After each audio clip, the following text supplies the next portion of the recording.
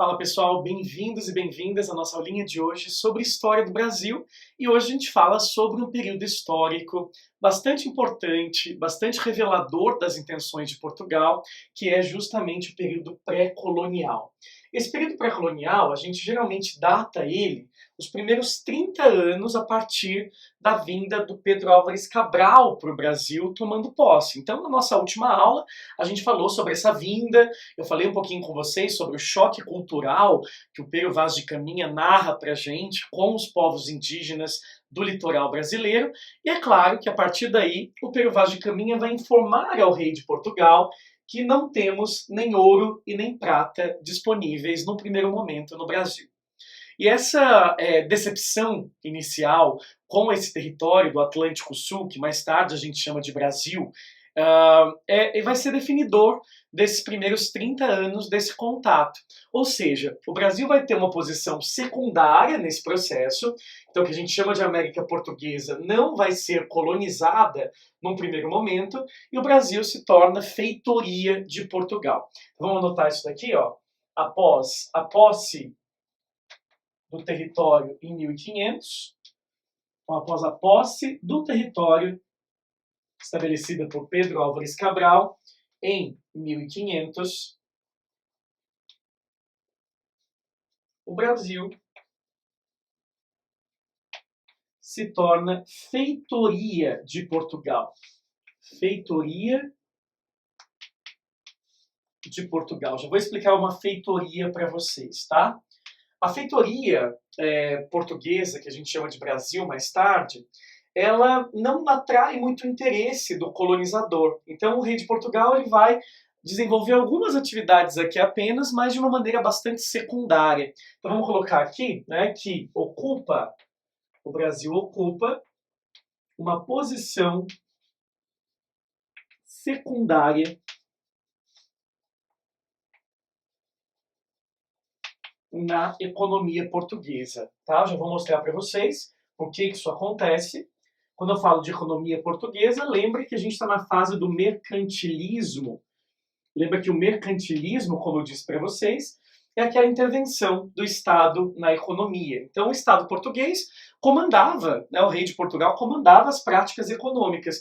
E o comando do rei vai ser que o Brasil seja uma feitoria de Portugal e não uma colônia. O Brasil inicialmente ele não é colonizado, tá? Coloca aí, ó, bem grande. Ainda não é colônia. Qual é a principal diferença entre colônia e feitoria? Eu já vou escrever para vocês na próxima lousa essa diferenciação, dá uma printadinha aí, mas eu vou explicar também os motivos do porquê Portugal não se interessou, além da falta de ouro e prata no nosso território. Então pare e pensa um pouquinho, né? Portugal está ganhando muito, mas muito mesmo com o comércio de especiarias com as Índias. Não vale a pena, já que não tem ouro e prata aqui inicialmente, não vale a pena investir muito no território brasileiro, né? Então, esse território que mais tarde a gente chama de Brasil, inicialmente não foi colonizado por Portugal. Era uma importante rota, né, da África, a rota do Atlântico Sul, passava pelas proximidades do Brasil, mas, tirando isso, o Brasil não tinha muito, né, o que ser explorado. O rei português não dedicou-se ao Brasil nos primeiros 30 anos. A gente vai ver na aula de hoje que atividades foram desenvolvidas aqui, de que maneira, né, esse contato com os povos indígenas, num primeiro momento ele foi até, de uma certa forma, amistoso. E agora eu ofereço para vocês, na aula de hoje, a diferença entre feitoria e colônia. Lembra disso, por favor, para você não se esquecer na sua vida. Feitoria. Feitoria é um entreposto comercial. A feitoria é uma espécie de forte, onde nesse forte vão armazenar alguns produtos retirados da região. Então, na África, as feitorias africanas, elas recolhiam do território africano ouro, marfim, diamantes e escravizados. E no Brasil, a gente vai ter a exploração do pau-brasil. Então, o pau-brasil vai ser o principal item, né, que vai ser extraído do Brasil para ser levado para Portugal. A gente já vai colocar na lousa o que é o pau-brasil e a importância dele. Agora, uma colônia, gente, ela envolve uma discussão muito mais complexa. Uma colônia, ela possui pacto colonial, que é a nossa próxima aula. Uma colônia, ela envolve assentamento de famílias, né? Instituições como a igreja, o Estado é mais presente. Feitoria não. A feitoria é um entreposto comercial, muitas vezes até temporário, passageiro, onde você faz fortes no litoral brasileiro e nesses fortes você vai pegando pau-brasil e deixando ali até os navios carregarem para a Europa. Não tem família, não tem assentamento, não tem desenvolvimento, não tem nenhuma característica, né, de colônia. Colonização é algo mais sério. Colon significa ocupar o território, colonizar. E a feitoria não. A feitoria é só um entreposto comercial. Como um entreposto comercial fortificado, no Brasil foram construídos diversos fortes e ao redor desses fortes extraía-se o pau-brasil, tá? Que é a principal atividade econômica do período pré-colonial. Dá uma printadinha aí. Acho que engoli um pouquinho de giz. Normal, né? Então, toda vez que eu falo sobre isso com os alunos, eles têm uma grande curiosidade, né, de como que o vestibular poderia cobrar isso de vocês. Eu já informo vocês o seguinte, que o vestibular vai explicar pra gente o seguinte, que esse período ele tem uma certa importância, não é o período mais cobrado, tá, gente? Mas ele é importante para a gente entender o próximo que vem por aí, que é o período colonial, que cai em todas as provas. Mas deixa eu dar uma palhinha para vocês do porquê Portugal também não se interessou pelo Brasil. Coloca aí. Além de não se interessar inicialmente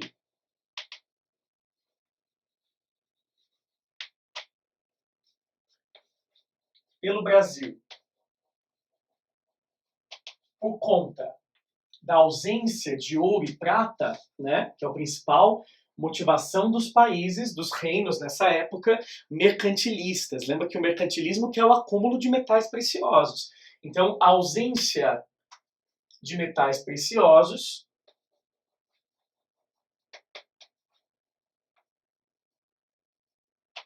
no litoral brasileiro.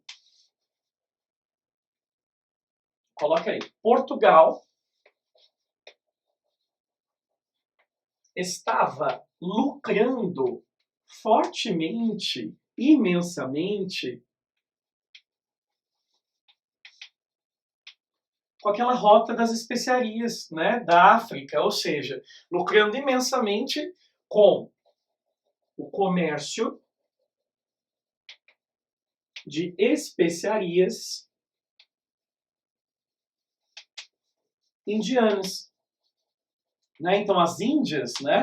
Portugal tinha uma rota nova, então, além da ausência de metais preciosos no litoral do Brasil, um outro fator que as provas de vocês vão pedir para você explicar é que Portugal também estava lucrando imensamente com o comércio de especiarias. Ou seja, né, Portugal não vai prestar atenção no Brasil, gente. Printa isso aí, por favor. Portugal não vai prestar atenção nesse território. Não interessa, né? O que o Pero Vaz de Caminha ele narra pra gente? Tem muita mata, parece que a terra é boa, que tudo que se planta dá, né? Tem muita gente morando, muita gente que poderia ser catequizada, que seriam os indígenas, e, é claro, né, não tem metais preciosos, não tem ouro e prata na primeira viagem do Cabral, ele não descobre ouro e prata. Então o rei de Portugal ele vai priorizar aquilo que é mais certeiro para ele, e o que é mais certeiro é o comércio de especiarias indianas. Esse comércio com as Índias ele dá lucros absurdos para Portugal. Só para vocês terem uma ideia, gente, algumas especiarias portuguesas elas eram 40 vezes mais baratas do que especiarias que vinham de Gênova, Veneza, vinham por outras rotas. Então Portugal se tornou mesmo protagonista do comércio com as Índias. E só vai decidir colonizar o Brasil mais tarde, porque esse comércio ele vai entrar em declínio 30 anos depois. Aí Portugal vai pensar, agora sim faz sentido colonizar esse tal de Brasil aí. Tá? Então lembra disso para a sua vida. O período pré-colonial é o período onde o Brasil ele não é o ponto principal de Portugal. Por dois motivos. Primeiro, não tem metais preciosos no litoral brasileiro. E segundo, perdão, gente, Portugal estava lucrando imensamente com o comércio de especiarias indianas. Quem não printou, printa essa telinha, por favor, para a gente poder continuar. E agora sim, né, eu colocar aqui para vocês um ponto importantíssimo das características econômicas e sociais do período pré-colonial. Tá? Então não tem colonização, mas o que a gente tem é uma principal atividade, não é plantio, não é pecuária, não é mineração. A principal atividade do período pré-colonial, vamos colocar aqui, uma atividade extrativista, principal atividade econômica, era o que a gente chama de extração do pau-brasil. A extração do pau-brasil ela é importante para quem não sabe o que é o pau-brasil. O pau-brasil é uma madeira que a gente chama de madeira tintorial.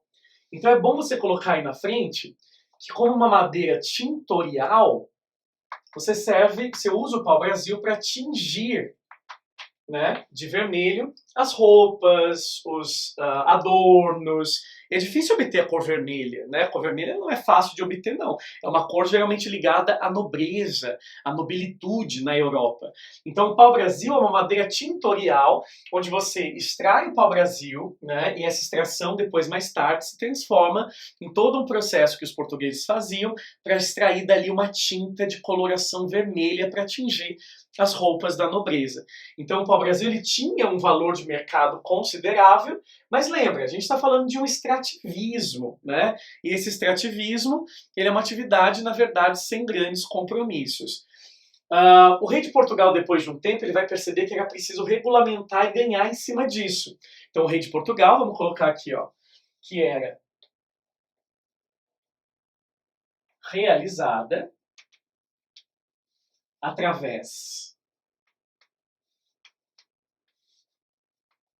da venda, olha que interessante, né? Da venda de direitos, licenças de direitos de exploração